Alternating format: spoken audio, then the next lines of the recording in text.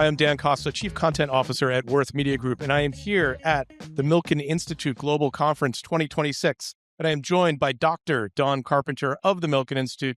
Dr. Dawn, thanks so much for joining me. Hey, Dan, the pleasure is mine. So we're here. There's a lot of topics of conversation here at the conference. We're talking about finance. We're talking about economics. We're talking about health.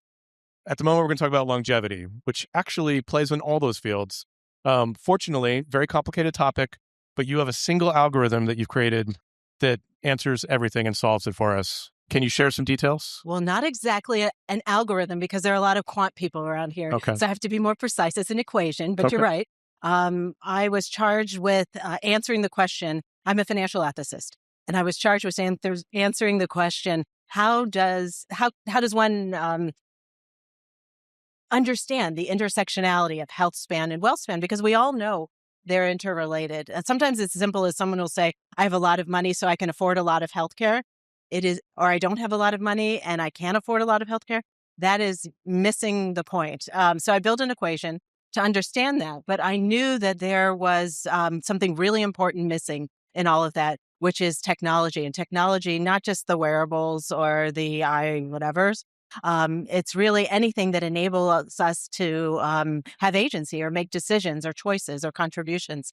And so I built a very simple equation. And then if you're not particularly nerdy, you might do better with pictures. So I built a matrix that helps explain where we are individually in our experience of health span and wealth span. You've come up in a box in a 3x3 matrix, but everybody wants to get to the golden box, which is health and wealth at its highest level of experience.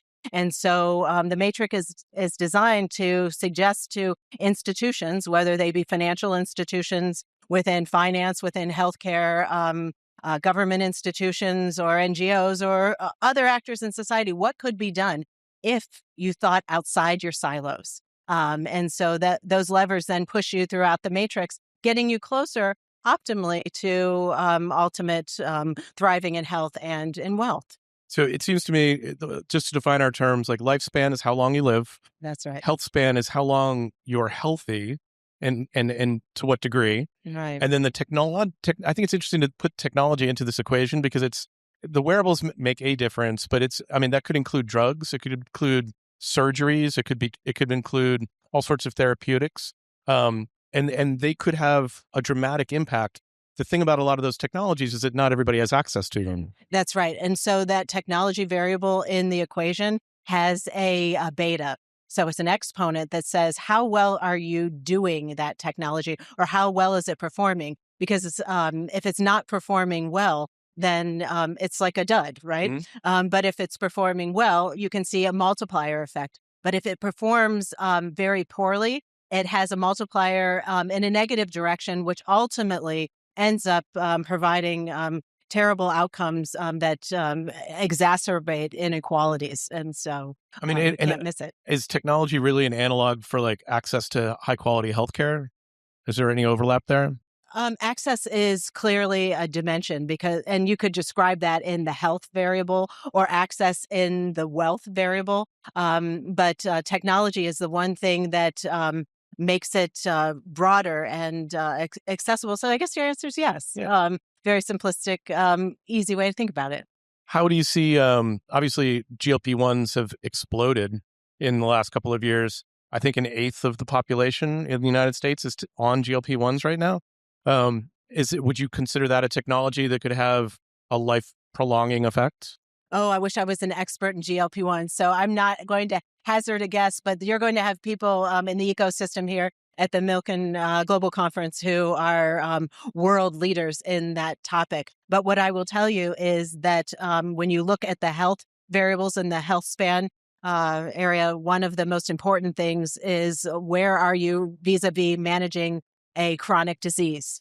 And weight and weight management has such an important nexus to risk factors for chronic disease that, of course, it's very important. Yeah, the idea, when a lot of times we think about healthcare management, we focus on heart attacks, strokes, but it's really the chronic diseases which then lead to those conditions that need to be managed when there are no real symptoms. And that's where you have the best outcomes, is when you do that long-term treatment.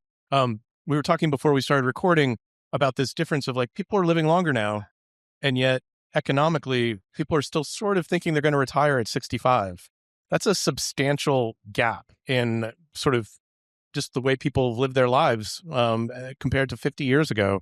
Can you talk, where does the ethics, where do the economics come into play when you've got that kind of a discrepancy?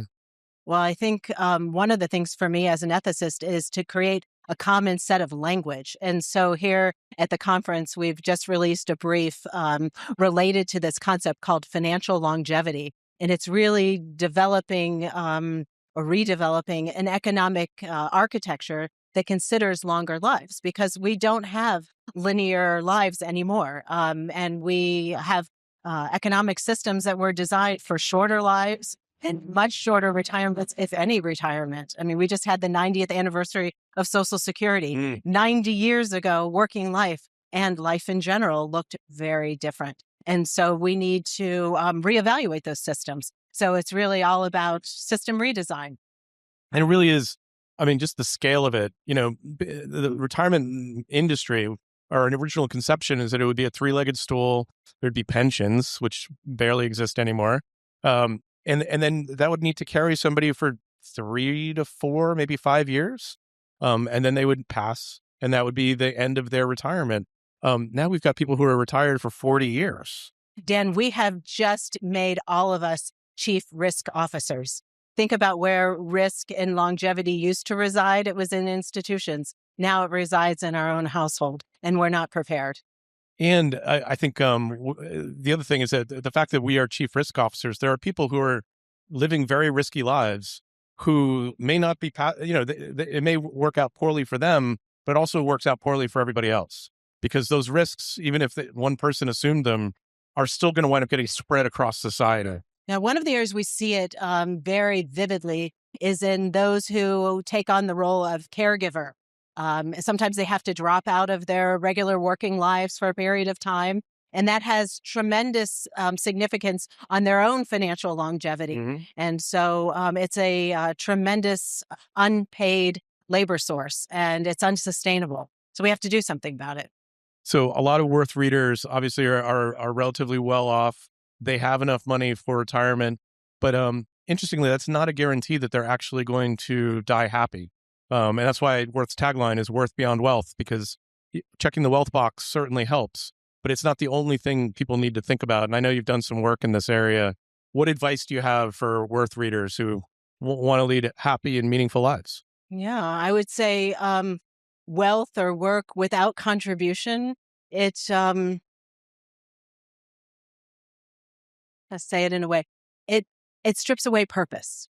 And as an ethicist, I work in a field called contributive justice theory. And it's this idea, no matter who we are, we should, because that's what ethicists do. We say what we should do, should have the ability to develop our own capacities, but then we should also have a duty to help others develop their own capacities, because it's in the giving of taking. Dan, you're a great interviewer, but I can't benefit from that and tell the world about my big ideas unless you were there to ask me the questions. And so that's contributive justice in action. So when you look at people who steward tremendous wealth, there's tremendous responsibility and an incredible amount of fun. And so I think it's an ambitious time to be in family offices and being those who are privileged to have benefited from the tremendous contributions that those came before them. So it's exciting times. And if people want to hear more about your work, more about this process, more about the equation, not algorithm, where can they find out more? Well, the Milken Institute website, milkeninstitute.org, or just Google longevity equation, Dr. Dawn or Milken Institute. You'll find it at the top of your Google searches. And what if they listen to podcasts? Oh, I've got a show now. We just finished our 7th season. It's called What Does It Profit? Comes from the scripture reference. What does it profit a man to gain the whole world but lose his soul? So we talk about the social and moral value of economic life anywhere you get your podcasts. I love that. Dr. Dawn, thanks so much for taking time to talk to me. Oh, it's my pleasure. I'm Dan Costa with Worth Magazine. If you want to read more about this, you can go to worth.com or check us out on YouTube. See you there.